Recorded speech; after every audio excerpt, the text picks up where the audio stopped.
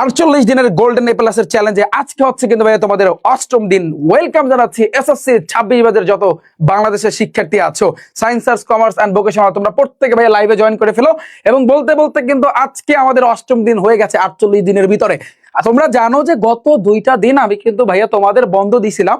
কেন বন্ধ দিছিলাম? কারণ তোমাদের 7 দিন কিন্তু প্রথম 7 দিনে তোমাদের কিন্তু মোটামুটি বলতে গেলে গণিতটা শেষ হয়েছে, তারপরে হচ্ছে পদার্থ বিজ্ঞান ছিল, হ্যাঁ, আবার হিসাব বিজ্ঞান, এছাড়া হচ্ছে কিন্তু তোমার হচ্ছে ইতিহাস ছিল। হ্যাঁ, এই 4টা সাবজেক্ট কিন্তু ছিল। 7 দিনে কিন্তু আমাদের কমপ্লিট হয়ে গিয়েছে। এর পরবর্তীতে আমি 2 দিন বন্ধ দিয়েছিলাম, যাতে করে ওই 2 দিনে কারো যদি গ্যাপ থাকে, কারো যদি কোনো অংশ বাদ যায়, বা যারা শেষ করেছো তোমরা যেন আবার একটু রিভাইজ দিতে পারো। তো আমরা কিন্তু ধাপে ধাপে করে আমরা পুরোটাই কিন্তু কমপ্লিট করব। আজকে হচ্ছে কিন্তু ভাইয়া 8 ডে, এবং আজকের সাজেশনটা তোমরা তো বুঝতেই পারতেছো আজকে কি। তো তোমরা সবাই জয়েন করো ভাইয়া, কিছু কথা বলবো তোমাদের প্রত্যেকের সাথে।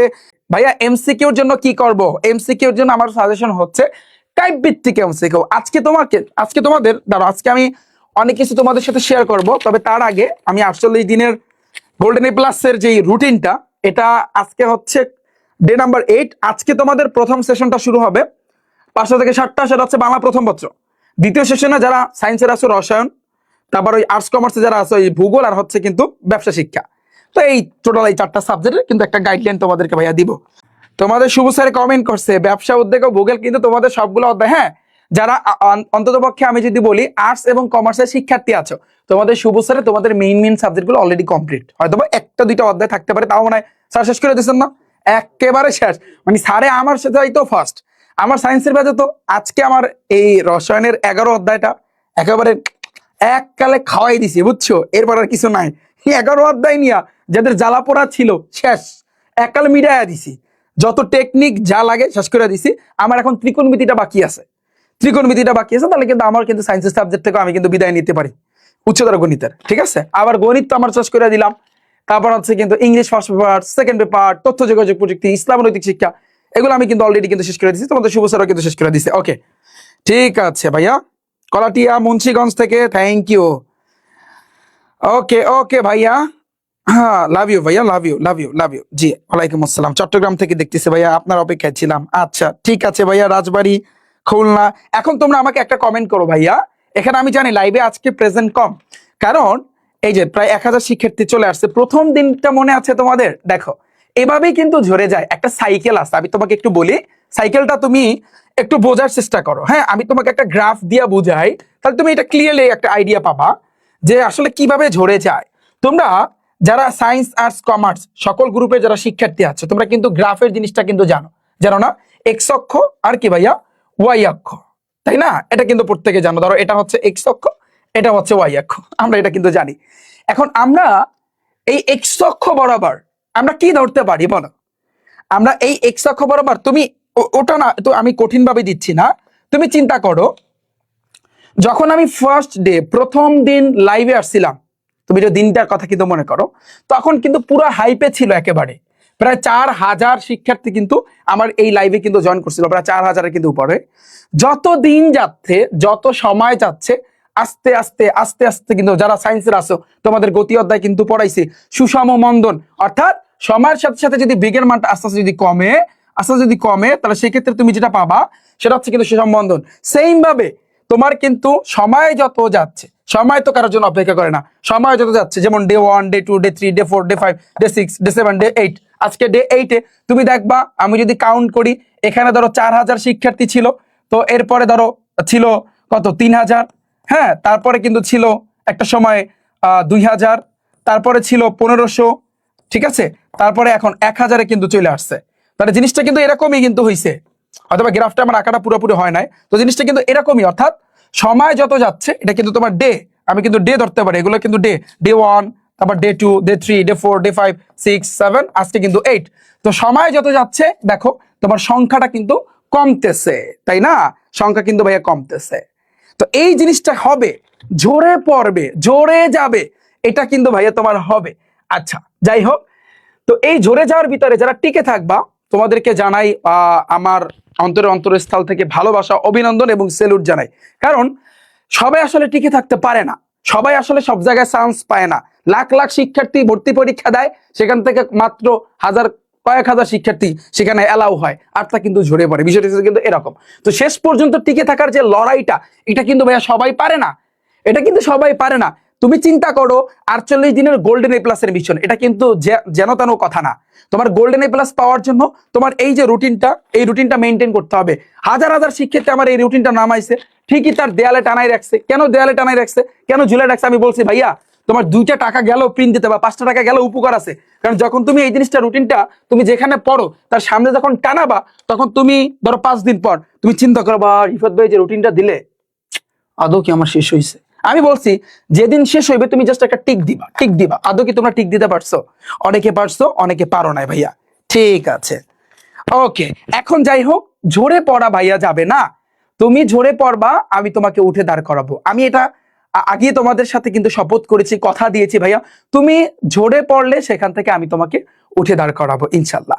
তো ভাইয়া ভেঙে পড়া যাবে না। তুমি এখন ভেঙে গেছো, আমি জানি অনেকেই কমপ্লিট করতে পারো না, এটা আমি জানি। কারণ হিউজ এখানে মানে আমি যদি বলি যে ইনফরমেশনের দিক দিয়ে প্রত্যেকটা টপিক মানে প্রত্যেকটা চ্যাপ্টার অনেক বড়। অন্ততপক্ষে এই গণিতটা যে তোমরা শেষ করছো আলহামদুলিল্লাহ। আবার যারা সায়েন্সের পদার্থ বিজ্ঞান শেষ করছো, যারা কমার্সের হিসাব বিজ্ঞান শেষ করছো, এটা কিন্তু মানতে হবে যে না, তোমরা এটা বলতেই হবে যারা শেষ করছো। তা কারা কারা শেষ করেছো একটু ভাইয়া কমেন্ট সেকশনে জানাও। আচ্ছা যাই হোক, অনেক কথা বললাম।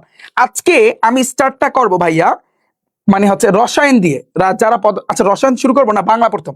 বাংলা প্রথম যেহেতু সায়েন্স আর্টস কমার্স সবারই আছে, তো বাংলা প্রথমে তোমরা জানো এখানে গদ্য পদ্য, তারপর হচ্ছে আমি যদি বলি কবিতা বা সরি এই যে তোমার কি বলে উপন্যাস, এইগুলা কিন্তু আছে। তো এখন এগুলো তুমি কিভাবে শেষ করবা এই টাইমের ভিতরে, আমি জাস্ট ছোট্ট করে একটা আইডিয়া দিচ্ছি। হ্যাঁ, বাংলা সাহিত্যে মানে জাস্ট আগামীকালকে তোমরা যেটা পড়বা 8 ডেতে, পূর্তবকারটা পড়বা, শুভ গল্পটা পড়বা, আর বই পড়া পড়বা। এখন তোমরা অনেকেই বলছিলা ভাইয়া প্রথম থেকে এই পর্যন্ত আপনি যে সাজেশনটা দিচ্ছেন, বাট আপনি আসলে হিসাব বিজ্ঞানের টাইপ গুলো দেখাই দিয়েছেন এবং ইতিহাসের টাইপ দেখাই দিয়েছেন, কিন্তু প্রপারলি পড়ার নিয়মটা আপনি আমাদেরকে বুঝাই দেন নাই। আজকে একটু তোমাদেরকে বুঝাই দিই যে জাস্ট বাংলা প্রথম পত্র তুমি কিভাবে পড়বা। বা তোমাদের শুভ স্যারে এটা হয়তো বা অনেক আগে ক্লাসটা কিন্তু কমপ্লিট করেছে, তো কিভাবে কমপ্লিট করেছে জাস্ট আমি তোমাকে পূর্তবকার দিয়েই বুঝাই। আমি তোমাকে পূর্তবকার দিয়েই বুঝাই। দেখো পূর্তবকার এটা খেয়াল করো, তুমি এই পিডিএফটার দিকে তাকাও। লুক, পূর্তবকার যেটা কিন্তু তোমাদের শুভ স্যারে অলরেডি কমপ্লিট করে দিয়েছে। আমি জাস্ট একটা পিডিএফ দেখাচ্ছি। এই যে দেখো পূর্তবকার ঈশ্বরচন্দ্র বিদ্যাসাগর, এবং এটা কিন্তু স্লাইড, এটা হয়তো বা অনেক আগের স্লাইড। তোমার যেভাবে পড়া উচিত বাংলাটা, দেখো শুভ স্যারে যেভাবে এত কষ্ট করে তোমাদের জন্য কিভাবে সাজাইছে, জাস্ট তুমি সেটা একটু চিন্তা করে দেখো।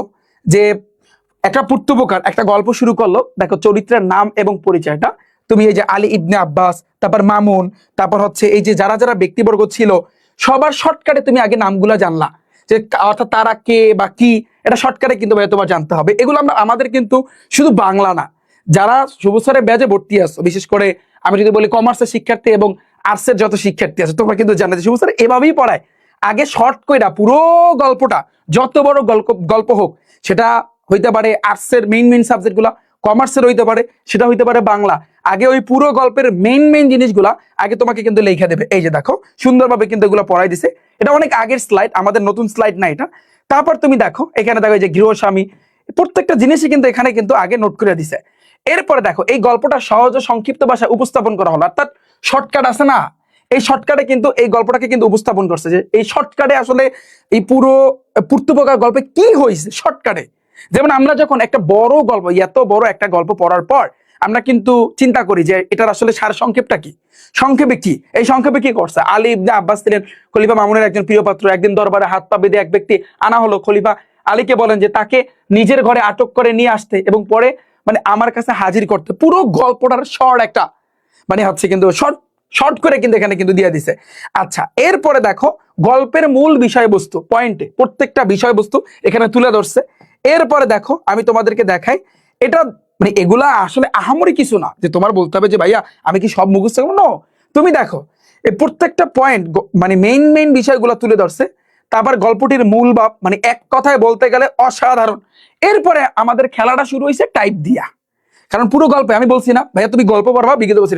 এই যে দেখো টাইপ 1-এ তোমাদের গল্পের ভিতরে কয়টা প্যারা, স্যার এখানে কয়টা প্যারা রাখছেন, 2টা বা 2টা প্যারা। এবং এই যে দেখো এই এতটুকু কিন্তু তোমাদের মেইন বুক থেকে নেওয়া, বুঝছো, জাস্ট 2টা প্যারা কিন্তু স্যারে নিছে, এটাকে টাইপ 1-এ ভাগ করছে। টাইপ ওয়ানে কিন্তু ভাগ করার পরে তারপর তুমি দেখো, তারপরে এই যে টাইপ ওয়ানের ভিতরে যে শব্দের অর্থগুলা নিচে কিন্তু বসাই দিছে। তারপরে কি এই টাইপ ওয়ানে দিয়ে মানে যা যা আছে এই যে শব্দের অর্থগুলো সেগুলো কিন্তু এখানে লেখা দিছে।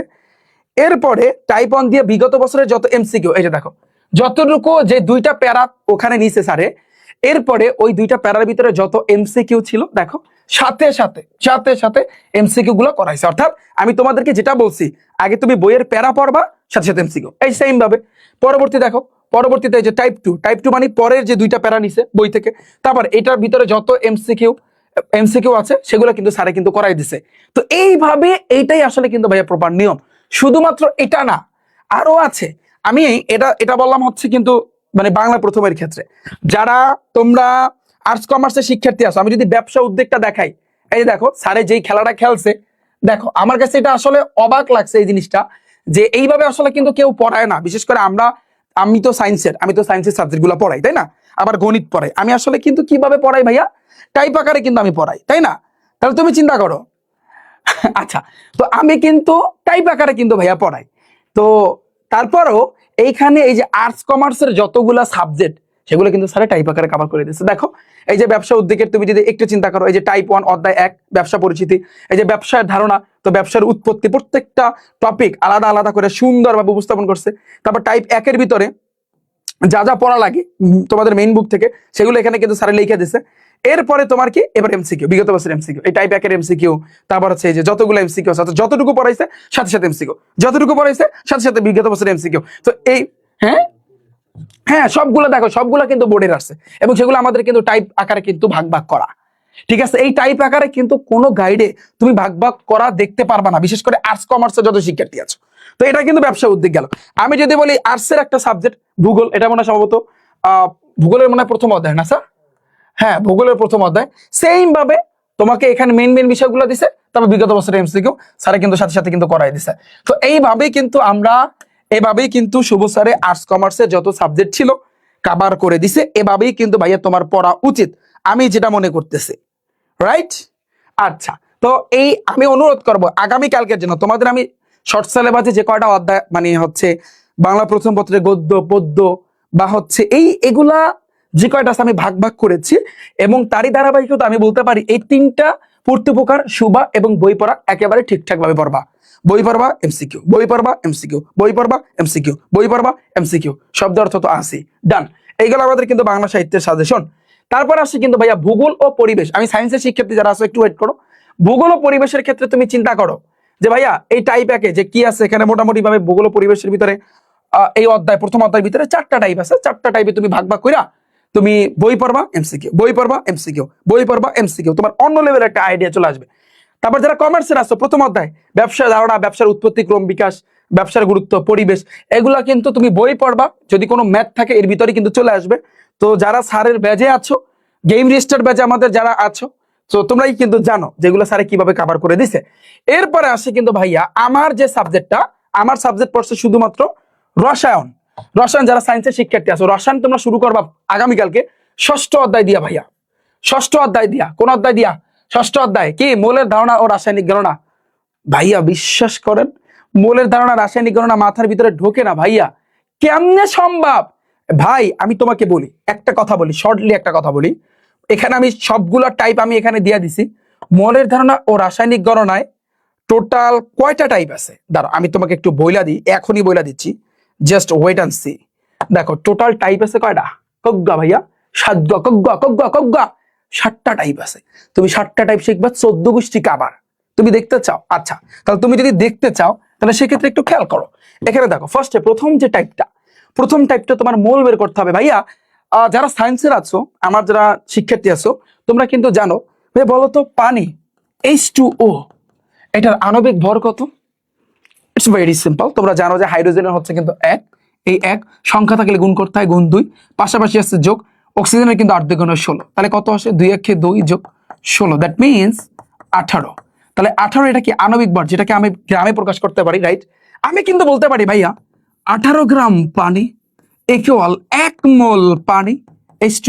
কেমিস্ট্রি কিন্তু আমার গেম রেজিস্টার বাজে শেষ করে দিছি একেবারে।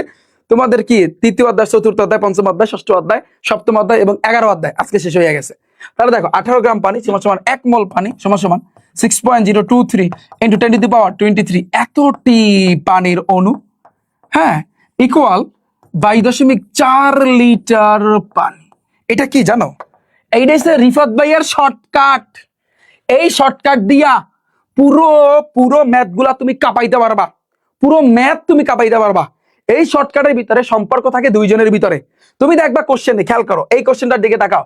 আমি যদি এটা বলি যে এখানে এমন কোন কোশ্চেন আছে জলীয় বাষ্পের 2.2 মোল ইকুয়াল কত, দাঁড়াও, এই যে দেখো এসটিপিতে 7 গ্রাম নাইট্রোজেনের মোলের আয়তন কত, তাহলে এখানে আছে কিন্তু গ্রাম, আর এখানে তোমার কাছে চাইছে কিন্তু আয়তন। তাহলে খেলাটা হইবে কিন্তু তোমার গ্রাম কই, এই গ্রাম, আর আয়তন কই, এই যে এত লিটার পানি, এই দুইজনের ভিতরে খেলা হইবে, খেলা শেষ।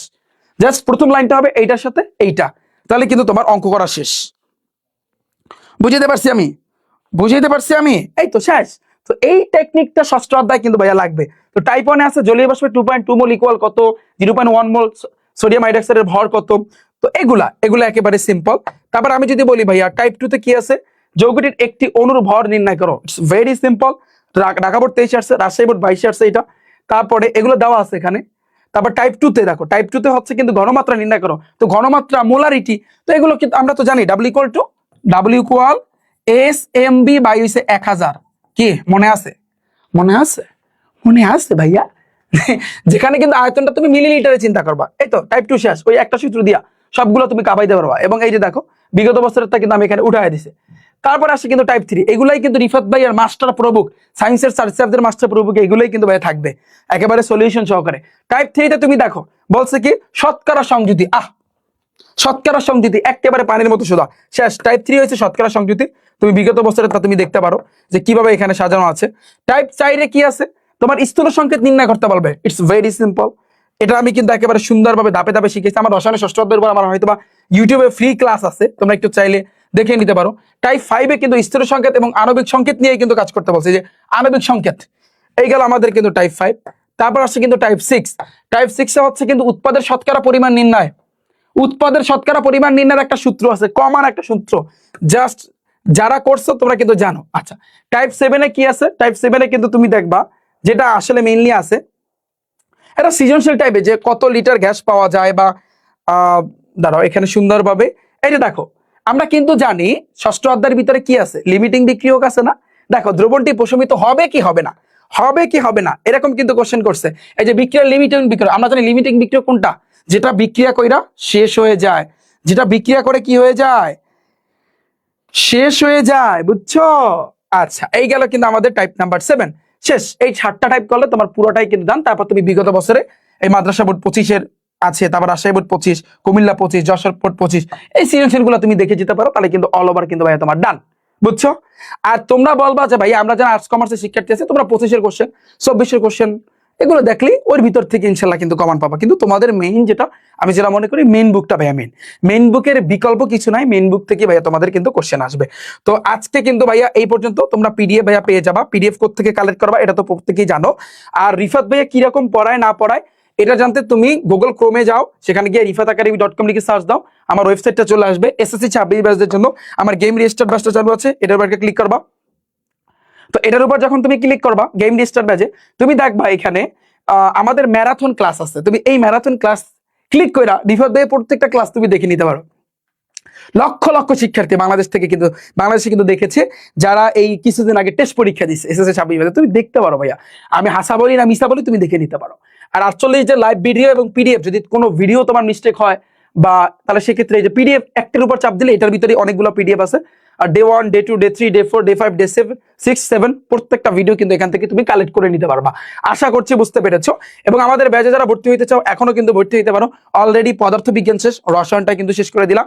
এখন আমার উচ্চতর গণিতের একটা অধ্যায় ত্রিকোণমিতি আছে, ইনশাল্লাহ কালকে আমি ধরবো, পুরো হাইপ তোলা ক্লাস হবে ইনশাল্লাহ, এটা আমি চ্যালেঞ্জ সহকারে কিন্তু বলতে পারি।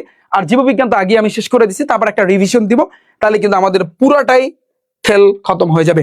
প্রত্যেকের জন্য রইল ভাইয়া, অর্থাৎ প্রত্যেকের জন্য রইল দোয়া এবং ভালোবাসা, দোয়া এবং ভালোবাসা। আমি তোমাদের জন্য ভাইয়া অন্তরস্থল থেকে আমি সবসময় দোয়া করি, তুমি মানে হচ্ছে যাতে করে ভাইয়া তোমরা প্রত্যেকে রেজাল্ট ভালো করতে পারো, এটা আমি আসলে কিন্তু চাই। ঠিক আছে, প্রত্যেকের জন্য ভাইয়া মন থেকে দোয়া রইলো, কোনো প্রেশার নিবা না। তোমরা যারা এই পর্যন্ত আমি আমি আসলে যে রুটিনটা দিয়েছি, মোটামুটিও আমি বলছি না যে সকল অঙ্কগুলা, এখন যদি তোমার হাতে টাইম না থাকে তুমি টাইপগুলা মুখস্থ করে নাও, একটা টাইপের একটা অঙ্ক টানা মুখস্থ করো, ঠিক আছে? কারণ এই মুহূর্তে আইসা তুমি যদি কোনোভাবে যদি পিছপাও দেও, এই রুটিনটা দিছি এমনি এমনি না ভাইয়া। আমি জানি তোমার অনেক কষ্ট হবে, আমি জানি তোমার সকালবেলা মানে পড়তে অনেক কষ্ট লাগে। আচ্ছা, তুমি সকালের টাইমটা চেঞ্জ করে তুমি রাতে নাও। আমি এমন বলি না যে তোমার সকাল 5টা থেকে 7টা পর্যন্ত পড়াই লাগবে, আমি এটা বলি না। তুমি এই টাইমটাকে ঘুরায় তুমি রাতে নাও, বাট এই টাইমটা মেনটেন করো, অন্ততপক্ষে এই রুটিনটা মেনটেন করো, সাবজেক্টগুলো যেন হয়ে যায়। কারণ এটা একটা গোল্ডেন এ প্লাস, এটা একটা মিশন ভাইয়া, এটা একটা যুদ্ধের মতো। তা তুমি যুদ্ধে নামছো, তুমি যুদ্ধ করতে নামছো, বাট এই যুদ্ধে যদি তুমি সফল হইতে না পারো, তাহলে সেক্ষেত্রে ব্যর্থতা কার? এই ব্যর্থতাটা কার? এটা কিন্তু ভাইয়া তোমার হবে। তো যুদ্ধে নামছো, আধা আধি নামলে কাজ হইব না।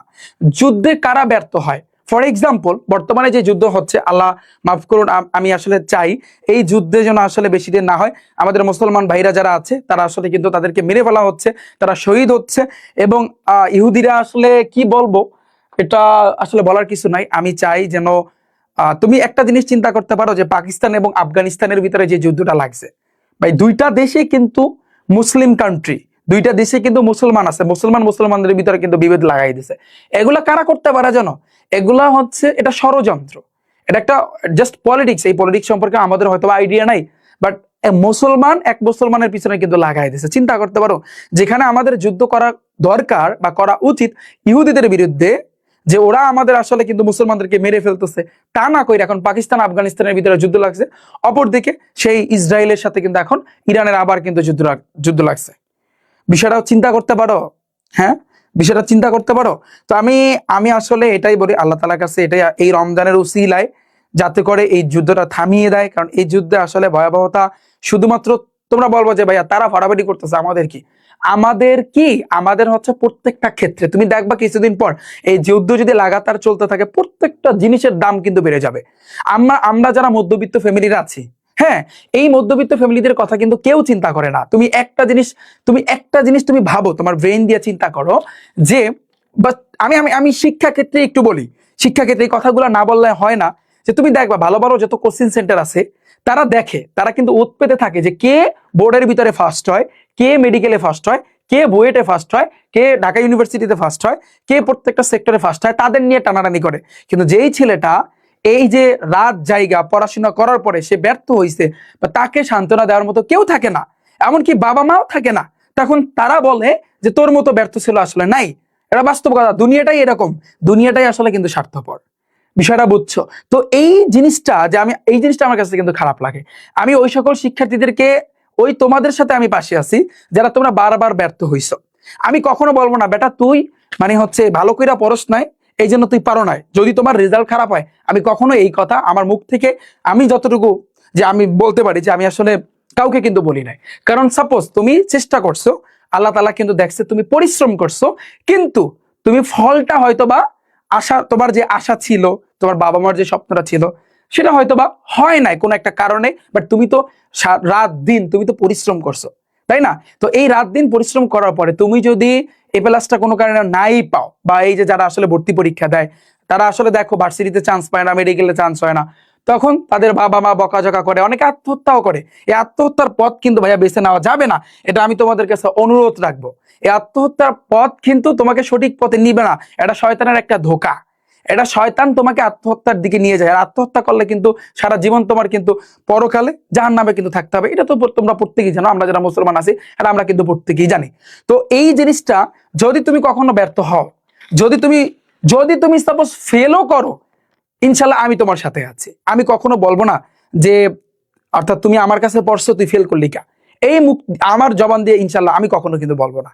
আমি তোমাকে সান্ত্বনা দিব, এবং এটাই আসলে দেওয়া উচিত, সব ক্ষেত্রে কিন্তু ভাইয়া দেওয়া উচিত। যাই হোক, কোন টপিক থেকে কোন টপিকে কিন্তু চলে আসলাম। তো এই জিনিসটাই আসলে দুনিয়াটা আসলে স্বার্থের খেলা। কিন্তু তুমি দেখবা বড় বড় সবগুলা সেক্টর, তুমি প্রত্যেকটা কোচিং সেন্টারে তুমি দেখবা যারা আসলে ভালো রেজাল্ট করে তাদের নিয়ে লাফালাফি করে, কিন্তু যারা ব্যর্থ হয় দিন শেষে, যারা লাস্ট বেঞ্চের শিক্ষার্থী, তাদেরকে নিয়ে কিন্তু কেউ কোনো কথা বলতে চায় না।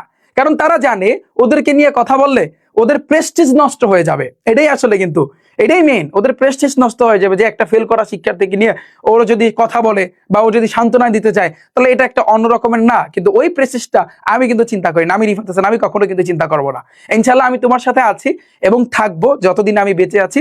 তুমি লাস্ট বেঞ্চের শিক্ষার্থী, আমি বলবো তুমি আমার আমার একজন স্টুডেন্ট। তুমি লাস্ট বেঞ্চের মানে হচ্ছে শিক্ষার্থী, তুমি পারতেছো না, তুমি ভেঙে পড়তেছো, তুমি উঠে দাঁড়াইতে পারতেছো না, তাহলে তুমি মনে রাখবা যে তোমাদের আর কেউ না থাকলেও একমাত্র রিফাত হোসেন, তোমাদের রিফাত ভাই কিন্তু আছে ইনশাল্লাহ, এটা আমি তোমাদের কথা দিচ্ছি। তুমি যদি কখনো ব্যর্থ হও তুমি আমাকে জাস্ট বইলো যে ভাই আমি ব্যর্থ হয়েছি, আমি কখনো বলবো না যে ব্যর্থ হইলি কা, তুই এ প্লাস পাইলি না কা, তুই ভালো রেজাল্ট করতে পারলি না, আমি কখনো কিন্তু বলবো না। কারণ তুমি চেষ্টা করেছো, তুমি চেষ্টা করেছো, দিন রাত তুমি চেষ্টা করেছো। চেষ্টা যদি না করো সেটার হিসাব অন্য রকমের, সেটার হিসাব কিন্তু ভাইয়া অন্য রকমের, ঠিক আছে?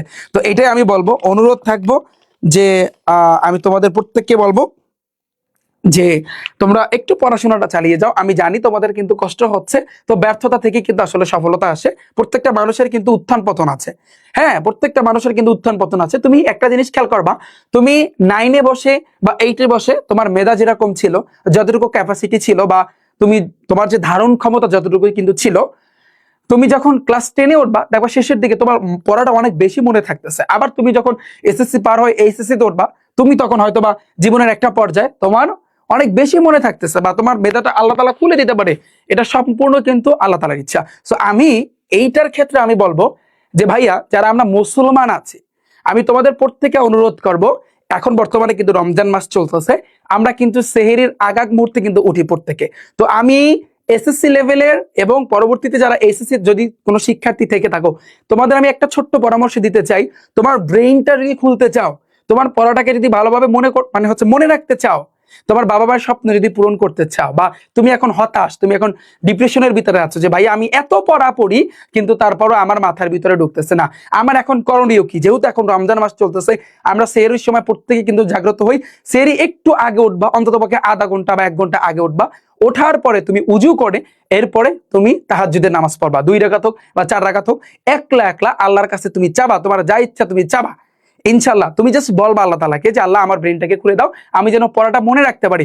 এই তাহাজ্জুদে তুমি যদি এটা বলতে পারো, জাস্ট যে কয়দিন সময় আছে তুমি যদি বলতে পারো, ইনশাল্লাহ তোমার মেধা শক্তি থেকে স্টার্ট করা তুমি সবকিছু প্রত্যেকটা ক্ষেত্রে তুমি কিন্তু ডেভেলপ করবা। এটা আমি তোমাদেরকে আজকে আমার মুখ থেকে বলে গেলাম। এটা যদি না হইছে তখন রিফাত ভাইয়ের নামটা তুমি চেঞ্জ করে রাখো, বলে দিলাম আমি তোমাদের।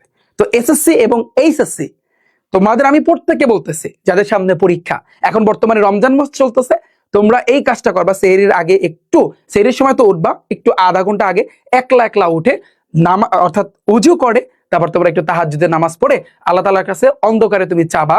তাহলে তুমি একটু যদি পারো কান্নাকাটি করে চাবা, তাহলে এই জিনিসটা কখনো বিফলে যাবে না, এই জিনিসটা কখনো বিফলে যাবে না। তুমি যদি মুসলমান হয়ে থাকো, তোমার অন্তরের ভিতরে যদি আল্লাহ তাআলার প্রতি বিশ্বাস থাকে, তাহলে এই দোয়াটা, এই জিনিসটা চাওয়াটা, এটা আল্লাহ তাআলা কখনো বিফলে ফেলবে না। তুমি দেখবা, তুমি দেখবা প্রত্যেকটা ধাপে ধাপে তুমি উন্নতি করতেছো, জীবনের একটা পর্যায়ে তুমি এইটার ফলটা পাবা, যেটা আমি নিজে পাইছি। এই কথা কিন্তু আমি আগেও তোমাদেরকে কিন্তু বলেছি। তো এই জন্য আমি তোমাদের কাছে আমার অনুরোধ থাকবে, অনুরোধ থাকবে তোমাদের কাছে, এটাই ভাইয়া তোমাদের কাছে আমার অনুরোধ থাকবে। আজকে এই পর্যন্ত অনেক কথা বললাম, কেউ মানে হচ্ছে মনে কিছু নিও না, অনেক টাইম লস করছি ভাইয়া তোমাদের, অলরেডি প্রায় 10টা বেজে গেছে।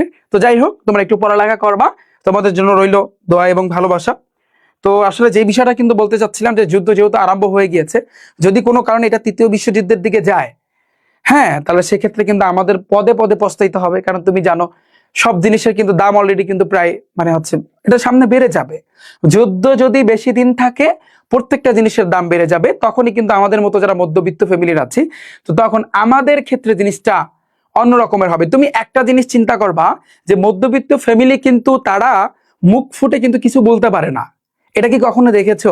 যারা গরিব, যারা একেবারে গরিব, তারা কিন্তু কারো কাছে হাত পাততে পারে, তা কারো কাছে চাইতে পারে, কিন্তু যারা মধ্যবিত্ত ফ্যামিলি তারা কিন্তু মুখ বুজে থাকে, ঘরের ভিতরে চুপটি করে বসে থাকে, কিন্তু কারো কাছে কিছু বলতে পারে না। রাইট? এটাই এটাই কিন্তু ভাইয়া বাস্তব, এবং তাদেরকে দেখার মতো আসলে কেউ নাই।